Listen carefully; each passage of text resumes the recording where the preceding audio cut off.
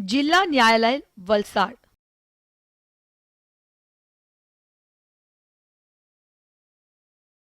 રોજ અહીં આરોપીઓને ન્યાયાધીશો તરફથી સજા સંભળાવવામાં આવે છે અને તેઓને જેલમાં ધકેલવામાં આવે છે.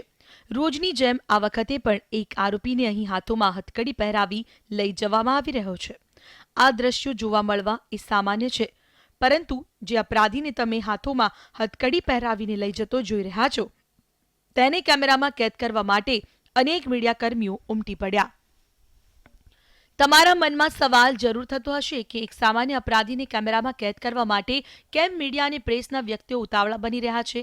જો કે તેના કાળા કારસ્તાનોથી રૂબરૂ કરાવીએ તે પહેલા અમે આપને અપરાધીનું નામ જણાવી દઈએ.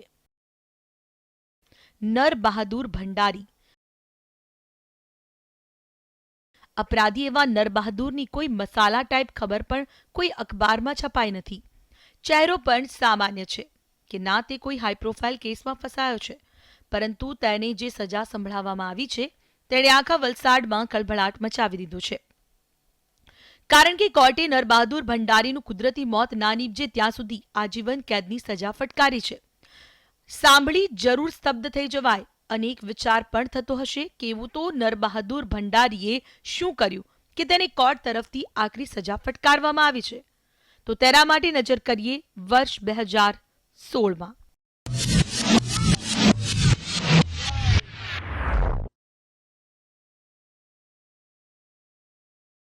ઓગસ્ટ 2016, વાપી ટાઉન વિસ્તાર. અહીં આવેલી એક સોસાયટીમાં એક વ્યક્તિએ ચોકીદાર તરીકે ફરજ બજાવતો હતો. પોતાના પરિવાર સાથે રહેનારો તે ચોકીદાર પોતાનું કામ ખૂબ જ નિષ્ઠાપૂર્વક નિભાવતો. ચોકીદારને પોતાની 1.5 વર્ષની માસૂમ દીકરી હતી, જેનાથી ચોકીદારની જિંદગી ઘણી જ ખુશખુશાલ હતી. શાંતિપૂર્વક જીવન જીવનાર અને એક સામાન્ય ચોકીદારના જીવનના એક ઝંઝાવાત તેની જિંદગી પલટી નાખશે તેની કલ્પના તેણે ક્યારે નહોતી કરી. એક હસતા રમતા પરિવારને વેરવિખેર કરવા એક એવો પડછાયો તે પરિવાર પર પડ્યો કે આખો પરિવાર કાયમ માટે ઘેરા આઘાતમાં સરી પડ્યો, અને તે કાળો કહેર હતો નરબહાદુર ભંડારીના રૂપે.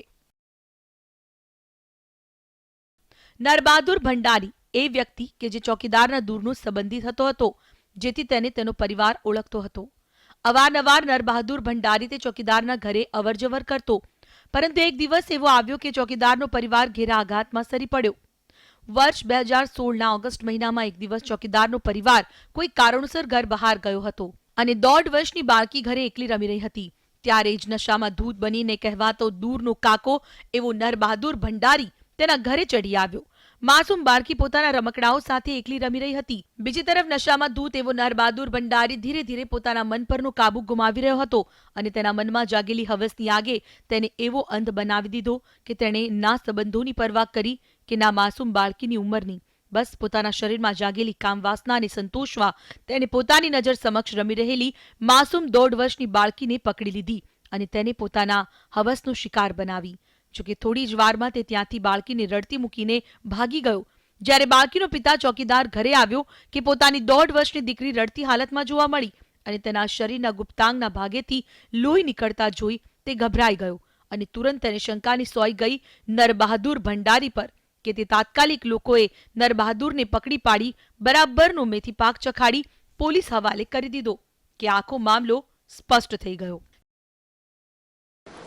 उसका बाप बाहर गया था. उसका बाप आते टाइम पे बच्ची रो रही थी और उसने बाप ने बच्चा पकड़ा और ब्लड देखा तो फिर वो आदमी भाग रहा था उधर से, तो उसके पीछे दौड़ा और उधर पब्लिक लोग ने पकड़ के उसको मारा. અને બાળકીની હાલત ગંભીર હતી જે તે વખતે, અને સારવારને અંતે બાળકી બચી ગઈ અને ભોગ બનનારને પિતાએ હાલના આરોપી સામે ફરિયાદ આપેલી અને એ કેસની સુનાવણી થશે ચાલી જતા તમામ મૌખિક અને મેડિકલ એવિડન્સને ધ્યાનમાં લેતા કોર્ટ દ્વારા આરોપીને બળાત્કાર તેમજ પોક્સો એક્ટના ગુનામાં આજીવન કેદની સજા કુદરતી રીતે મૃત્યુ ન થાય ત્યાં સુધીની સજા ફરમાવવાનો હુકમ કર્યો છે અને દીકરીને કોમ્પન્સેશન માટે પણ ડિસ્ટ્રિક્ટ લીગલ સર્વિસીસ ઓથોરિટીને ભલામણ કરેલી છે. 34 વર્ષીય દૂરના સંબંધી એવા નરબહાદુરની ઘૃણાસ્પદ હરકતને કારણે લોકો તેના પર ફિટકાર વરસાવવા લાગ્યા. પોલીસે તેની વિરુદ્ધ ગુનો નોંધી તેના જેલને હવાલે કર્યો. એટલું જ નહીં, મેડિકલ એવિડન્સને કારણે આખો ગુનો પુરવાર થયો હતો. તો નરબહાદુર ભંડારી વિરુદ્ધ ચાલી રહેલા કેસના અંતે કોર્ટે તેના જીવનના અંતિમ શ્વાસ સુધી આજીવન કેદની સજા ફટકારી. મુખ્ય મુદ્દા તો ભોગ બનનારનું જે મેડિકલ જે કરવામાં આવેલું હતું તે, અને આરોપી જે સમયે આ દુષ્કૃત્ય આચરીને ભાગતો હતો તે એક સાંયોગિક પુરાવાના ભાગરૂપે અને મેડિકલ એવિડન્સ આ બે મુખ્ય પુરાવા હતા.